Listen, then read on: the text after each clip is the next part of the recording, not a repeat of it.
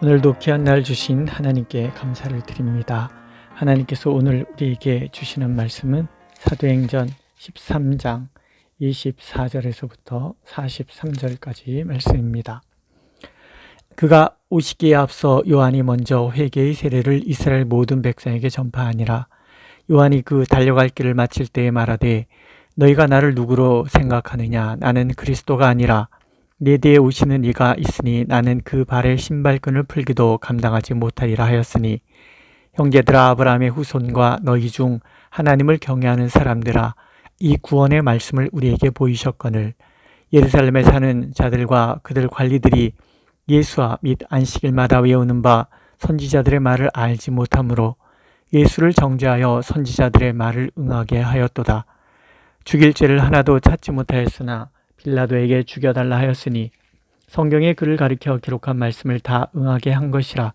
후에 나무에서 내려다가 무덤에 두었으나 하나님이 죽은 자 가운데서 그를 살리신지라.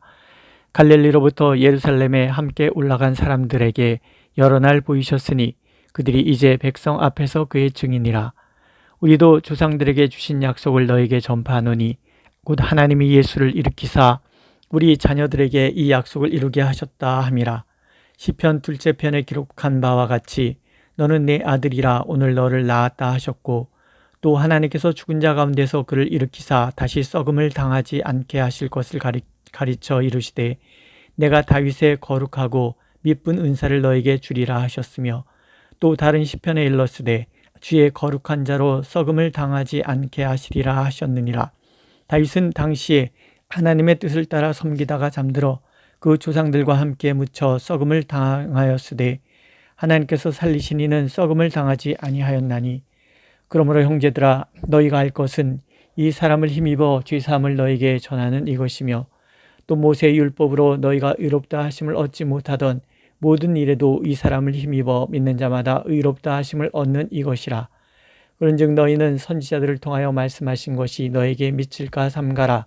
일러스되 보라, 멸시하는 사람들아, 너희는 놀라고 멸망하라.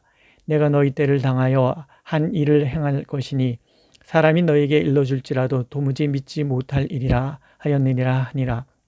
그들이 나갈새 사람들이 청하되 다음 안식일에도 이 말씀을 하라 하더라. 회당의 모임이 끝난 후에 유대인과 유대교에 입교한 경건한 사람들이 많이 바울과 바나바를 따르니 두 사도가 더불어 말하고 항상 하나님의 은혜 가운데 있으라 권하니라. 아멘. 복음의 핵심은 예수 그리스도이십니다. 하나님 나라의 중심도 예수 그리스도이십니다. 그리고 그 복음의 성취에는 말씀이 있습니다. 신실하신 하나님의 말씀이시지요. 첫째는 무엇보다 예수 그리스도는 하나님께서 말씀하신 약속의 성취셨습니다.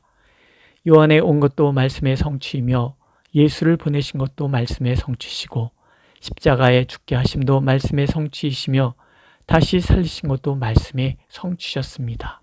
놀라운 것은 하나님은 먼저 우리가 알지 못하고 행하는 일을 통해서도 말씀을 성취하시고 계시다는 것입니다. 예수와 및 안식일마다 외우는 바 선지자들의 말을 알지 못하므로 그 모든 말씀을 외우고 있었지만 그들은 선지자의 말이 예수님을 가리키고 있다는 것을 알지 못했습니다. 그래서 예수님을 거역했고 또 예수님을 십자가에 못 박았습니다. 하지만 그들의 무지가 하나님의 역사를 방해하지는 못합니다. 하나님의 역사는 하나님께서 이루시기 때문입니다. 또한 하나님께서는 하나님의 역사를 거역하는 악한 의도로 벌어진 일들도 사용하셔서 하나님의 일을 이루어 가신다는 것입니다. 선지자들의 말을 응하게 하였도다. 무지에서 나온 행동이 오히려 선지자의 말을 응하게 합니다. 또한 죽을 죄를 찾지 못한 예수님을 빌라도에게 죽여달라고 요청한 것도 말씀의 성취였다고 증언하시지요. 성경에 그를 가리켜 기록한 말씀을 다 응하게 한 것이라. 예수 그리스도의 부활 또한 말씀의 성취였습니다. 이미 다윗을 통해 시편 2편에서 하나님께서는 예수님의 부활을 말씀하셨습니다. 시편 2편에서 다윗은 성령의 감독으로 부활의 주님을 찬양합니다. 너는 내 아들이라 오늘 너를 낳았다. 하나님이 말씀하신 분이라고 증언하고 하나님께서 죽은 자 가운데서 그를 일으키사 다시 썩음을 당하지 않게 하실 것이라 가르쳤습니다. 시편 2편이 재앙시라 하여 다윗을 향한 말씀이 아닌 것은 다윗은 죽어 썩음을 당하였지만 하나님께서 살리신 예수께서는 썩음을 당하지 않으셨기 때문이라고 바울은 증언하고 있습니다. 이로써 우리는 하나님의 섭리가 얼마나 광대하고 하나님 안에 담겨져 있는 그 수는 너무나 많아서 헤아릴 수 없다는 것을 알 수가 있습니다. 너무나 광대하고 너무나 많아서 헤아릴 수 없는 그 모든 것이 협력하여 하나님의 선하신 뜻을 이루게 한다는 이 놀라운 은혜, 하나님께서는 그것을 아는 것이 지혜임을 우리에게 말씀하십니다. 운명론을 말하는 것도 아니고 결정론을 말하는 것이 아닙니다.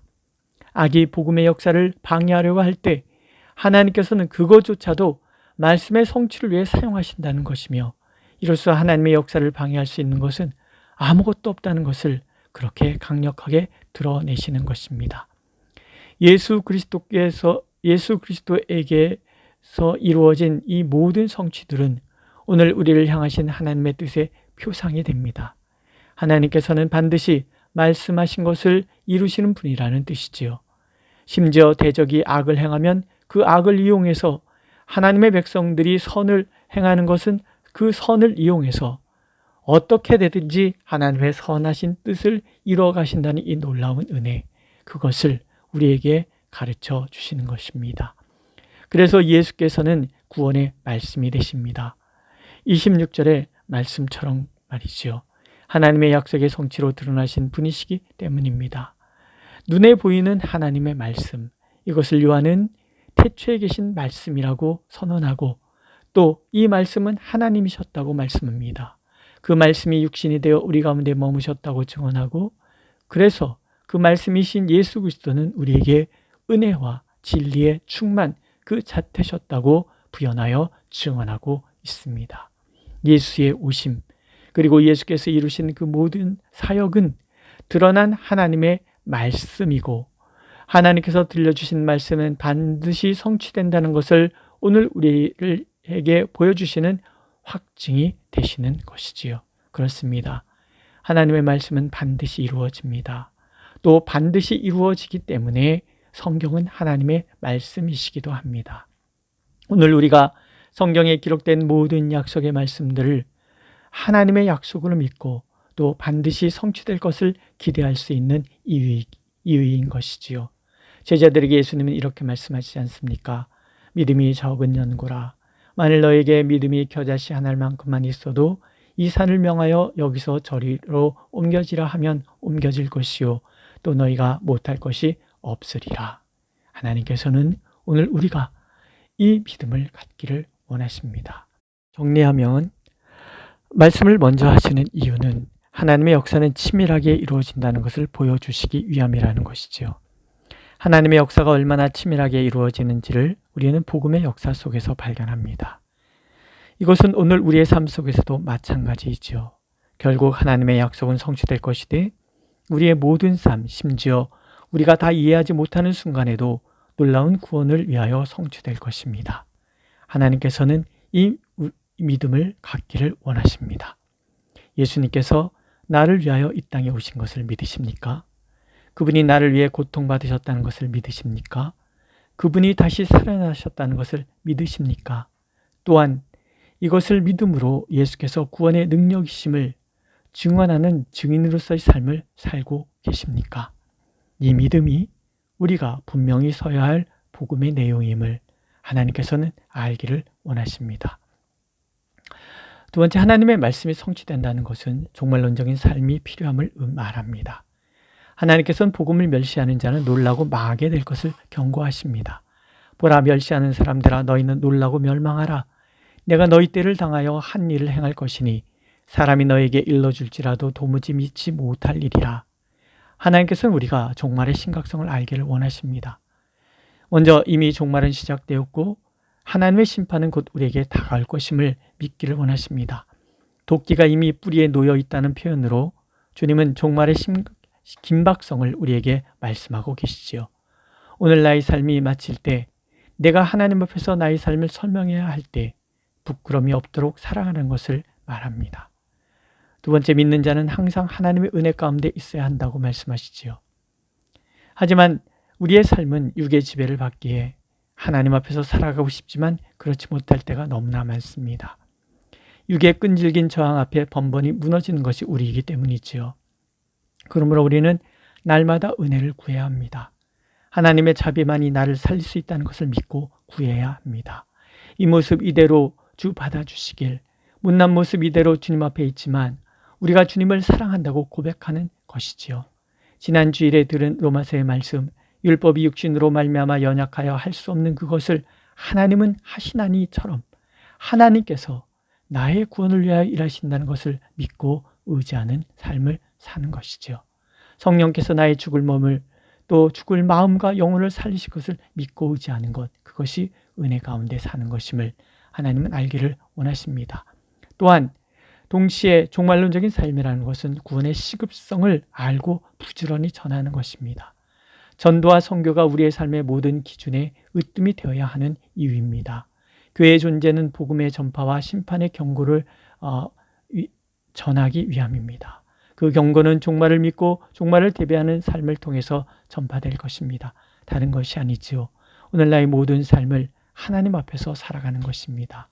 내 모든 행동, 내 모든 말, 내 모든 삶이 하나님 앞에 낱낱이 드러날 것을 믿고 살아간다는 것입니다. 그것을 선교적인 삶이라고 말하지요. 사람들은 그런 우리의 삶을 통해서 그리스도인이 무엇인지를 보게 될 것입니다. 바울과 바나바는 이것을 우리에게 귀감으로 보여주는 사람입니다.